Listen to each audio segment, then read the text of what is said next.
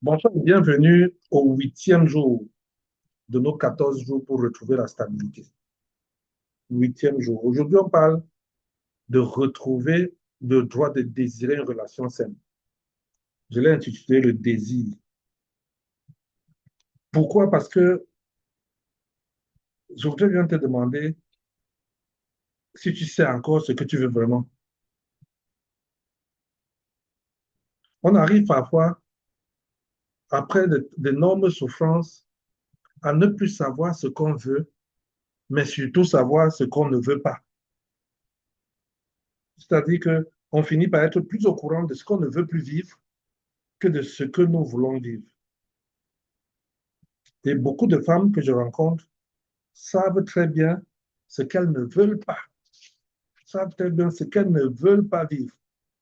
Ah oui, elles savent très bien cela, mais très peu peuvent te dire ce qu'elles veulent vivre, effectivement. Voilà ce que nous allons partager aujourd'hui. Habakkuk 2.2, il y a écrit, écris la vision, écris la vision. On n'a pas dit, conçois la vision, garde-la dans ton esprit, médite-la dans ta tête. Il dit, écris, grave-la sur des tables afin qu'on la lise couramment. Et on va comprendre pourquoi c'est important. Je suis Roger Fondi, je suis coach conseiller conjugal chrétien, auteur de 21 jours pour son conjoint. Mon hashtag, si vous me cherchez dans les réseaux sociaux, c'est Coach Fondi, hashtag Coach Fondi. Avec ça, vous me retrouvez un peu partout. Alors, si Dieu vous demandait aujourd'hui de décrire de manière précise la relation dans laquelle tu veux vivre, la relation dans laquelle tu veux vivre, est-ce que tu es capable de nous dire aujourd'hui en plusieurs points le genre de relation que tu veux vivre? Les femmes, quand tu discutes, donc vraiment, tonton Roger, je n'ai même plus le temps de réfléchir à ça. Je veux juste la paix à la maison. Si ça peut revenir, ça me va. Pourquoi? Parce que quand on souffre longtemps, on finit par se concentrer uniquement sur comment gérer la douleur. Et plus tu te concentres sur comment gérer la douleur, les défauts, les imperfections, progressivement, ton désir, tes besoins disparaissent. Ça s'efface. Tu n'y penses même plus. C'est-à-dire que tu ne te souviens même plus ce que tu voulais au départ de ta relation.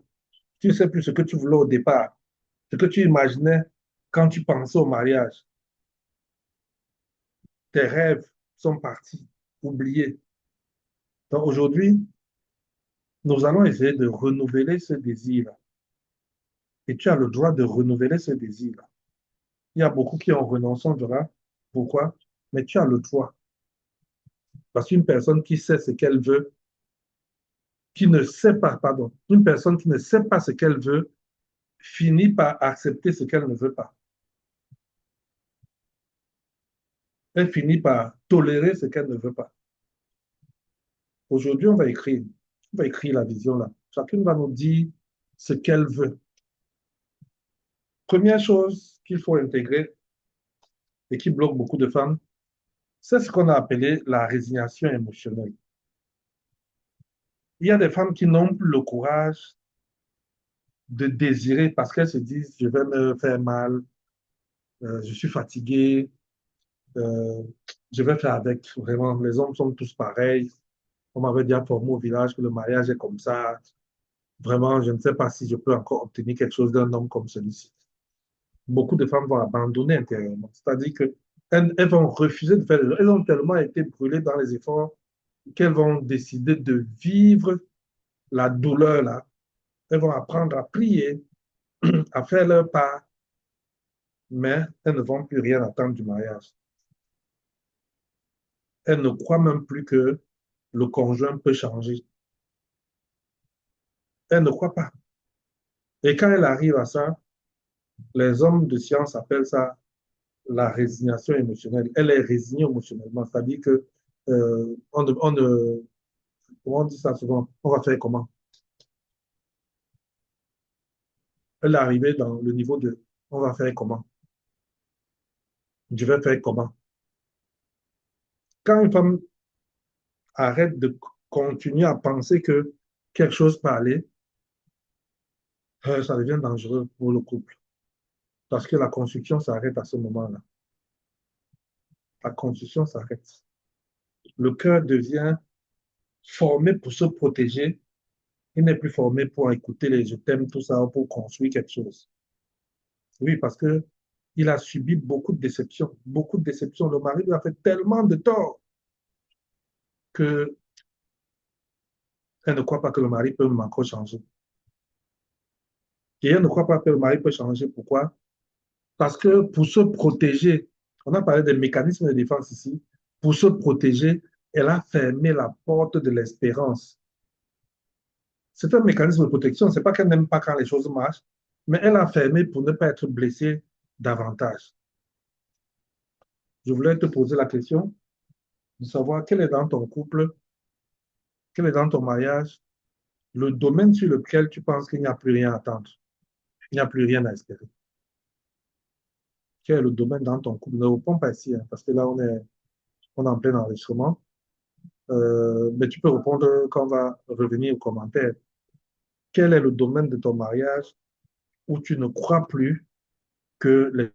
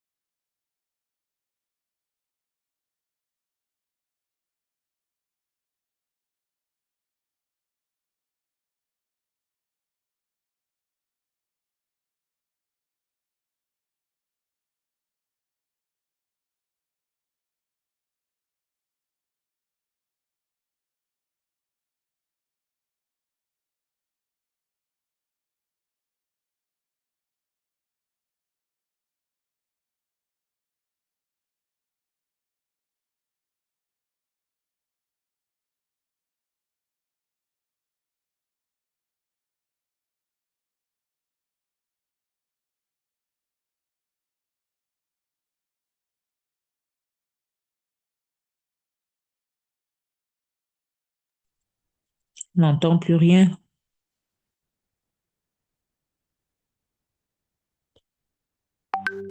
Oh, le volume est coupé carrément, on n'entend plus rien du tout.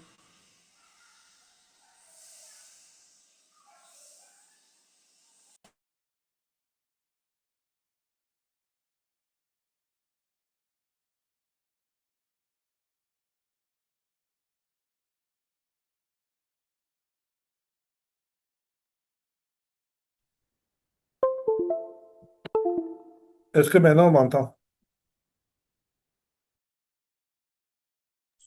Oui. Oui, Oui. maintenant c'est bon. Mon micro a bougé. C'est parce que mon micro a bougé qu'on ne m'entendait plus. Désolé, désolé, vraiment. Tu as le droit de vouloir une relation saine, je reviens là. Et je suis en train de dire que beaucoup de femmes sont arrivées à un moment où, à un niveau où elles finissent par croire qu'elles sont coupables de désirer une relation saine. Elles sont coupables même de vouloir quelque chose qui est mieux. La bonne nouvelle, c'est que Dieu ne te condamne pas pour ça. Si tu veux qu'on te respecte, si tu veux qu'on t'écoute, si tu veux qu'il y ait de la sécurité, la tendresse, la fidélité, l'affection, toutes ces choses-là, Dieu ne te condamne pas pour ça. Tu n'exagères pas. Tu n'exagères pas. Tu commences à exagérer quand tu cherches une relation parfaite. Là, on est d'accord que tu exagères. Tu commences à exagérer quand tu cherches une relation où il n'y aura pas de conflit du tout. Là, je peux te dire que toi, tu exagères. Tu commences à exagérer quand tu penses qu'il te faut un mari qui ne fait aucune erreur. Là, je dis que j'ai un problème avec toi. Mais si tu veux un mariage où on peut traiter les problèmes qui se posent, tu en as le droit. Si tu veux un mariage où on se respecte, tu en as le droit. Si tu veux un Mhm. mariage où chacun peut grandir, en commençant par toi, tu en as le droit. Il y en a beaucoup qui sont entrés dans le mariage et sont convaincus que la seule personne qui doit se développer dans le mariage, c'est le mari. tu as le droit aussi de grandir.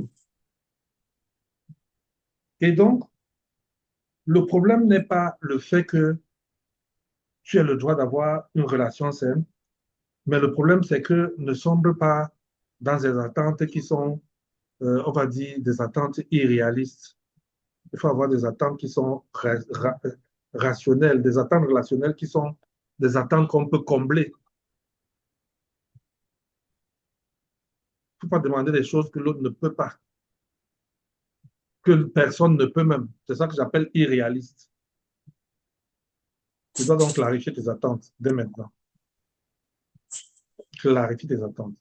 Qu'est-ce que tu attends de ton mari? Qu'est-ce que tu attends de ton mari de manière concrète? Je ne veux pas des attentes floues. Je ne veux pas des attentes floues. Je veux des attentes claires. Dans ton cahier, là, tu vas noter, voici les choses que j'attends de mon mari. Au niveau de la communication, j'attends qu'il me parle, qu'il m'écoute, qu'il me consulte. C'est toi qui dis pour toi et moi, dis pour moi un exemple ici. Au niveau de la fiabilité, j'attends qu'il respecte ses engagements, qu'il tienne ses promesses. Au niveau du respect, j'attends qu'il me respecte. Même quand on n'est pas d'accord, il ne doit pas me manquer de respect. Même quand je fais une faute, il ne doit pas me manquer de respect. Ça, c'est pour moi, hein, ce n'est pas pour vous. Chacun va dire pour lui. Mais il faut que ce soit pas. J'aime bien ce qu'on a dit. Il faut que ces attentes, s'il vous plaît, il faut que ces attentes ne dépendent pas de ce que votre couple est aujourd'hui, mais de ce que toi, tu as comme attente personnelle pour cette relation. Il ne faut pas que tes attentes dépendent de ton conjoint. Il faut que ce soit des attentes, on va dire comment, normales, et on verra comment les obtenir dans ta relation conjugale.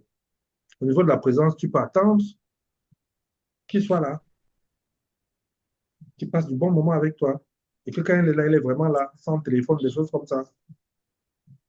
Or, beaucoup, à cause des difficultés, ont des attentes plutôt floues. Plus c'est flou, plus c'est flou pour celui qui doit répondre à ses attentes. Alors que quand c'est clair, c'est plus facile pour l'autre de dire je ne peux pas, c'est compliqué. C'est plus facile de discuter et de dire bon, tu peux commencer par ci ou par ça. Ça ouvre la porte au dialogue. Alors que quand ce n'est pas dit de manière claire, quand tu ne l'as pas conçu de manière claire, comment vas-tu évaluer que l'autre le fait ou pas? Donc, quand tu as des attentes, je veux que tu notes tes attentes. Qu'est-ce que j'attends de ma relation? Ensuite, maintenant que tu sortes de la confusion entre mes attentes, mes besoins et la dépendance. Il y a des femmes qui ont pris leur mari pour leur Dieu.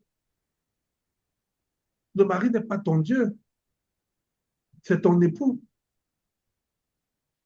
Les besoins, c'est sain, c'est normal, c'est ce que tu as listé précédemment. Mais quand la réalisation de ces besoins dépend de ton mari, dans le sens de je ne peux être heureuse que s'il m'approuve, là j'ai un problème. Tu es dans une relation de dépendance qui peut même te nuire par la suite. Si ta paix ne peut venir que parce qu'il a changé, tu as un problème de dépendance, tu dépends de lui. Si tu ne peux avancer que s'il est différent, tu as un problème. Il y a la dépendance qui est dangereuse, mais il y a aussi l'antidépendance qui est dangereuse. La dépendance, c'est qu'on dépend de ce qu'il fait, mais l'antidépendance, c'est qu'on est contre ce qu'il fait, de manière systématique.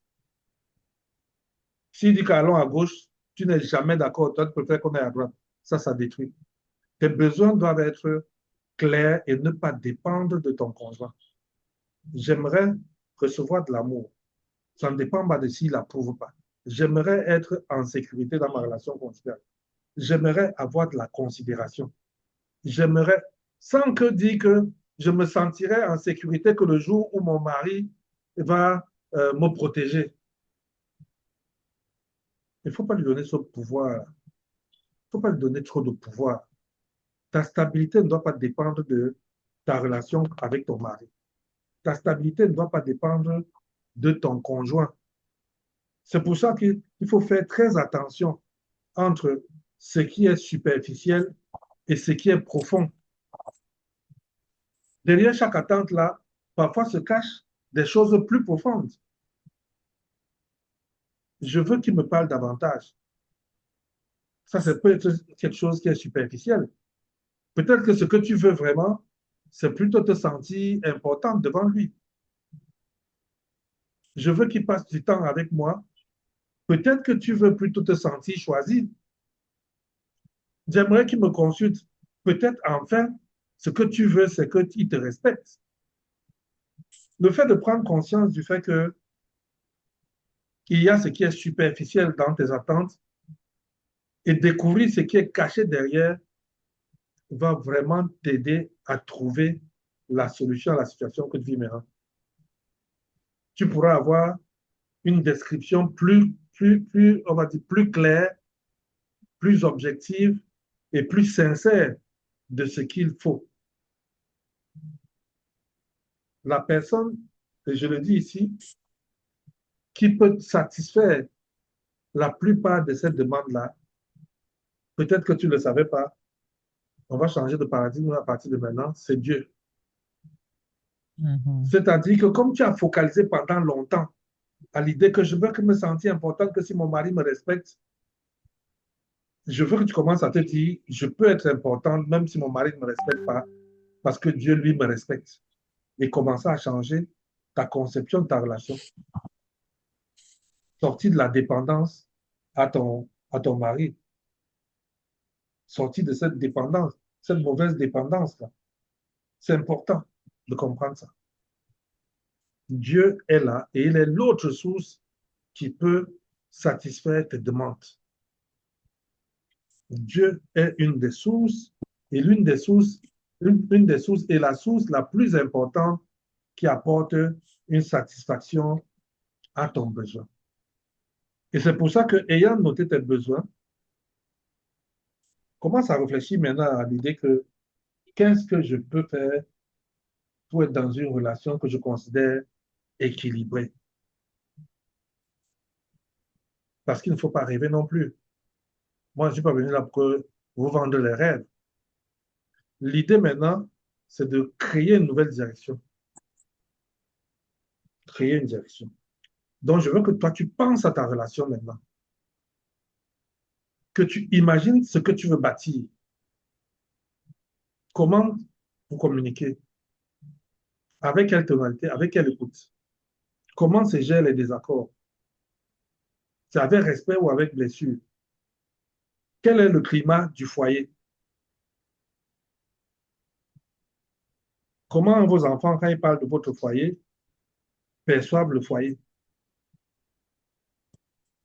Je suis en train de parler d'une relation que je considère équilibrée. Je ne dis pas, ça dit que si dans la diapo je dis fermer les yeux, c'est parce que je ne veux pas que ce soit ce que tu vis dans la réalité, mais ce que tu vivrais si la vision que je suis en train de dire là, tu l'as.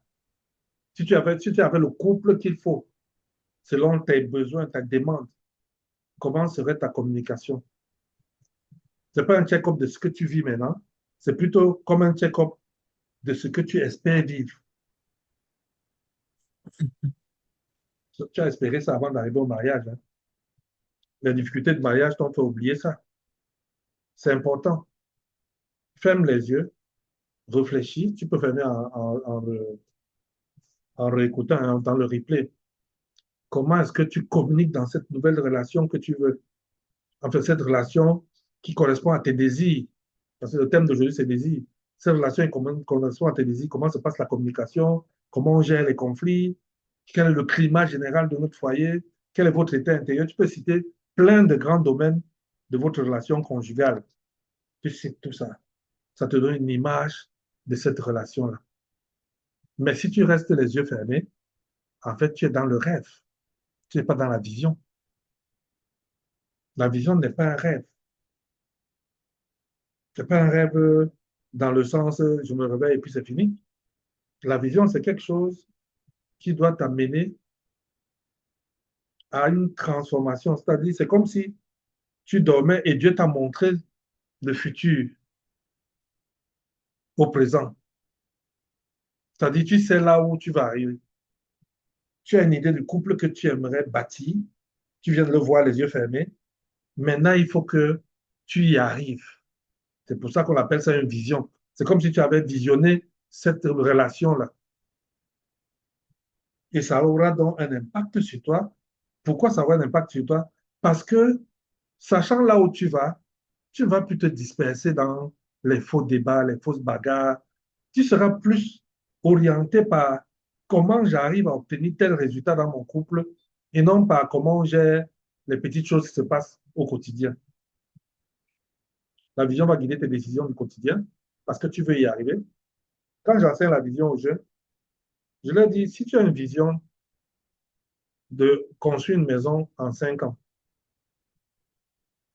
chaque fois que tu vas au bar, dans un bistrot, et que tu boives 10 bières, comme tu as la vision, toi-même, tu ressens dans ton fond intérieur que je viens de louper quelque chose par rapport à ce que je suis en train de bâtir. Parce que là, j'ai fait du gaspillage de quelque chose qui aurait pu acheter des papins ou du fer ou du ciment. Tu commences à voir les choses en fonction de là où tu veux aller.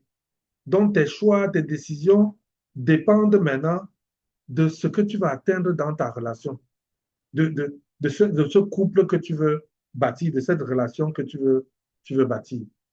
Face aux tensions, tu auras toujours un petit recul en te disant, ce combat que nous menons maintenant, est-ce que ça nous rapproche de notre objectif ou est-ce que ça nous éloigne de notre objectif? Ou est-ce que c'est même quelque chose qu'on peut relativiser et ne pas s'arrêter dessus? Et ça va donc t'amener à définir des nouvelles priorités.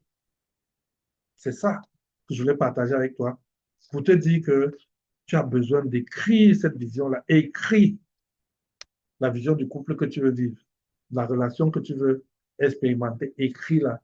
Et tu vas voir que ça va influencer la plupart des choses que tu vas faire. Donc, Habakkuk, lui, il a écrit la vision, grave-la. Il ne la gravait pas sur le papier, hein, sur le caillou, pour que ça ne s'efface pas. Donc, écris ta vision. Écris ta vision. C'était l'objectif de notre rencontre d'aujourd'hui. T'aider à écrire une vision de la relation que tu veux vivre. Hier, on t'a dit, qui es-tu? Reviens à toi. Reconnecte-toi à toi-même pour savoir qui tu es. Maintenant, écris la vision. Quand tu as écrit la vision, en fonction de qui tu es, tu vas voir quels sont les équipements dont tu as besoin, quelles sont les formations dont tu as besoin, quelles sont les informations dont tu as besoin. Ça t'ouvre un nouvel horizon, une nouvelle conception, un nouveau regard sur ta relation conjugale. Ça ne devient plus le centre de développement des frustrations, ça devient un endroit où tu apprends à atteindre tes objectifs. C'est ça l'idée. Écris les 10 caractéristiques. Quelqu'un m'a pointé là dans le groupe que lui, il a déjà commencé à écrire ces 10 qu'il veut avoir. Et j'apprécie ça. Chacun écrive là où il va arriver. Quelle relation je veux dans 3 ans, dans 5 ans, dans 20 ans. Voilà un peu, globalement, ce que je voulais qu'on partage aujourd'hui. On va retourner discuter un peu pour ceux qui ont des questions à poser. Vous voyez que je ne parle pas de votre mari, hein. Il ne m'intéresse pas pour l'instant. Je parle de vous, de votre capacité. Le thème d'aujourd'hui, c'était